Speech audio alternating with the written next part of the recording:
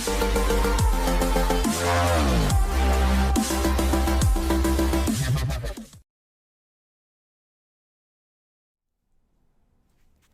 afternoon, Colin here with Techout, and today I'm going to be going over the recap of the Samsung Galaxy Unpacked event for the end of July 2023, where they came out with the Z Flip 5 and the Z Fold 5, as well as the new line of Tab S9 tablets and the Galaxy Watch 6, a couple of different versions of that.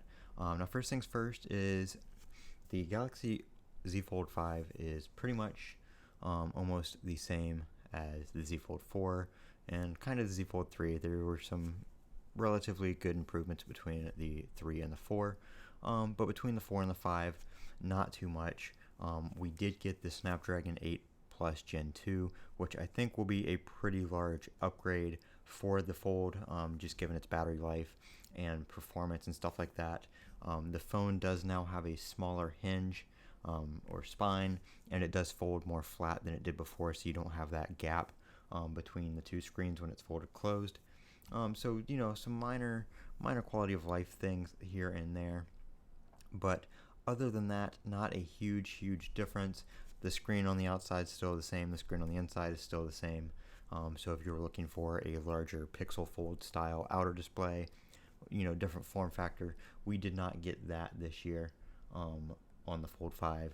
Now on the Flip 5, we did get a new totally redesigned outer display, which I think this phone looks really nice, and I've been tossing it back and forth between trading my S23 Ultra in for one of these, but I still really like hanging on to my S Pen, and the battery is about not half the size of, about 30-40% smaller in this one than it is in the S23 Ultra. I really like the I don't see it on here now. They had a yellow color on the app that I'm not seeing here, but I really like the yellow and the black. It kind of looked kind of cool. But it would be like $99 with an S23 Ultra trade-in. Yeah, a little bit of a downgrade in my opinion. Between RAM and battery and stuff like that. You do get the upgraded storage if you pre-order, so you do get a free storage upgrade, so you save a little bit of money there.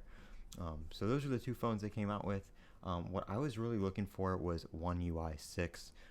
We've been anticipating the beta starting since last week now.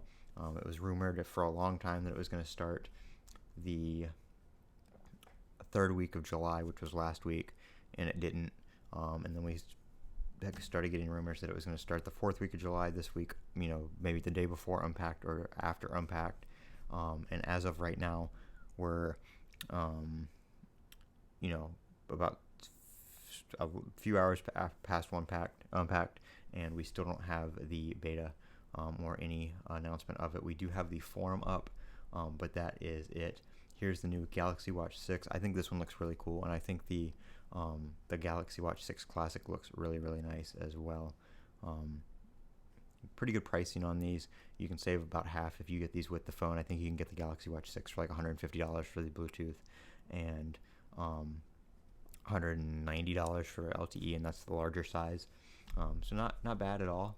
If you pre-order, you get a second fabric band for free, and you can get up to $250 in trade-in credit as well.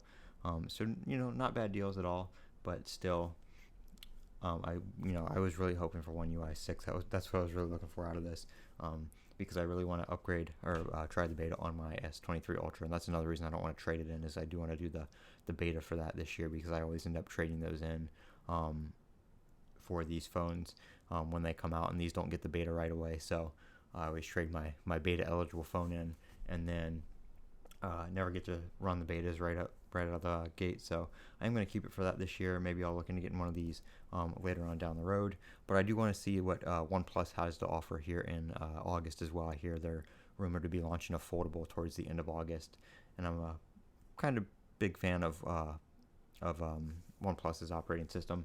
Their hardware can be kind of iffy on quality control, but I do like Oxygen OS. I know some people out there that'll hate me for that, but I do like Oxygen OS and how smooth it is, and how well it runs and stuff like that. So I want to see what they're going to offer before I make up my mind on what foldable I'm going to run this year, if any, because like I said, I am really enjoying my S23 Ultra. I'm a big fan of the S Pen, especially the internal S Pen. I don't really like the ones on the Fold 4 and the Fold 5 where it's external and you have to have a specific case to have your S Pen right there handy. So probably going to keep the S23 Ultra for a little bit longer at least. And I am also running the iPhone 13 mini and 14 Pro for the Apple side of things right now as well. So probably going to keep it that way for a little bit and just bring you guys some software stuff rather than, purchasing this hardware when it's not too much different than what we had before. I'd rather show you guys the software side of things and what's changing there than spending money on negligible hardware upgrades. But that is what we got at Unpacked today. I'm Colin with Techout. Don't forget to comment, rate, and subscribe. And as always, have a great day.